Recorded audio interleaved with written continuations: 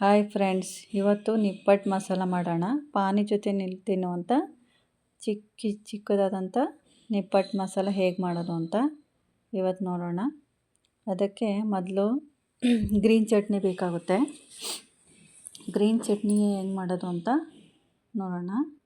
ಒಂದೆರಡು ಹಸಿಮೆಣ್ಸಿನ್ಕಾಯಿ ಹಾಕ್ಕೊತಾ ಇದ್ದೀನಿ.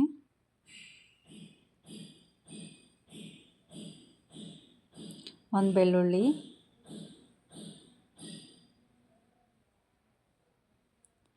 ಕೊತ್ತಂಬರಿ ಸೊಪ್ಪು, ಪುದೀನ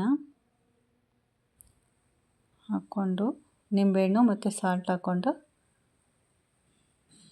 ಮಿಕ್ಸಿ ಮಾಡಿಕೊಂಡ್ರೆ ಗ್ರೀನ್ ಚಟ್ನಿ ರೆಡಿ ಆಗುತ್ತೆ.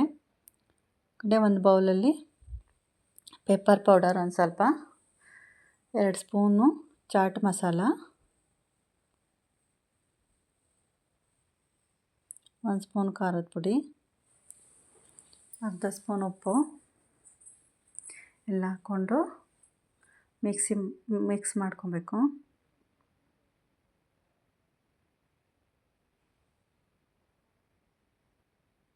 ಆಮೇಲೆ ಚಾಟ್ ಮಸಾಲ ಮಾಡಲಿಕ್ಕೆ ಇನ್ನೂ ಏನು ಬೇಕು ಅಂತ ನೋಡೋಣ. ಕೆಚಪ್ಪು,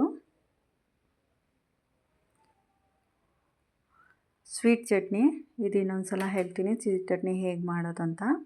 ಸ್ವಲ್ಪ ಕೊತ್ತಂಬರಿ ಸೊಪ್ಪು, ಕ್ಯಾರೆಟ್ ತುರಿ, ಗ್ರೀನ್ ಚಟ್ನಿ ಮಾಡ್ಕೊಂಡಿದ್ವಲ್ಲ ಅದು, ಪೌಡರ್ ಮಿಕ್ಸ್ ಮಾಡ್ಕೊಂಡಿದ್ದು ಚಾಟ್ ಮಸಾಲ ಅದು, ಈರುಳ್ಳಿ 1 ಬೌಲು.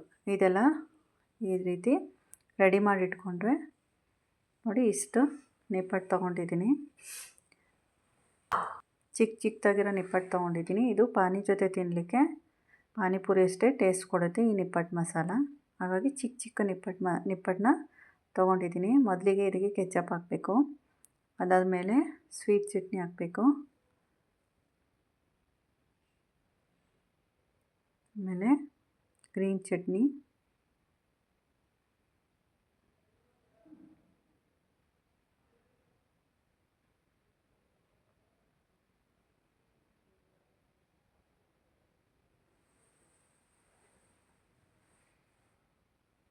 ಈರುಳ್ಳಿ,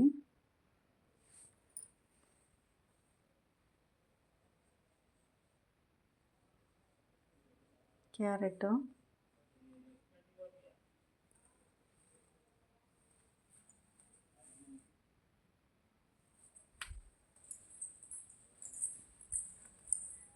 ಕೊತ್ತಂಬರಿ ಸೊಪ್ಪು, ಪೌಡರ್ ಚಾಟ್ ಮಸಾಲ ಅದೆಲ್ಲ ಮಿಕ್ಸ್ ಮಾಡಿ ಇಟ್ಕೊಂಡು ಪೌಡರ್ ಅದ್ರ ಮೇಲೆ ಹಾಕಿ, ಮತ್ತು ಅದ್ರ ಮೇಲೆ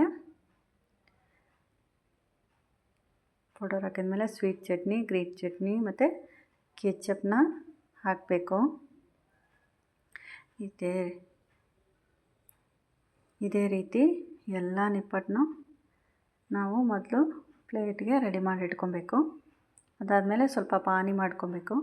ಪಾನಿ ಮಾಡಿಕೊಂಡು ಈ ನಿಪ್ಪಟ್ಟು ಮಸಾಲ ಜೊತೆ ಪಾನಿ ಕೊಟ್ಟರೆ ಪಾನಿಪುರಿ ತಿಂದಷ್ಟೇ ಟೇಸ್ಟಿಯಾಗಿ ಇದಿರುತ್ತೆ. ಒಂದು ಸಲ ಮನೇಲಿ ಮಾಡಿ ಮಕ್ಕಳು ಇಷ್ಟಪಡ್ತಾರೆ, ಮತ್ತು ದೊಡ್ಡವರು ತಿನ್ಬೋದು.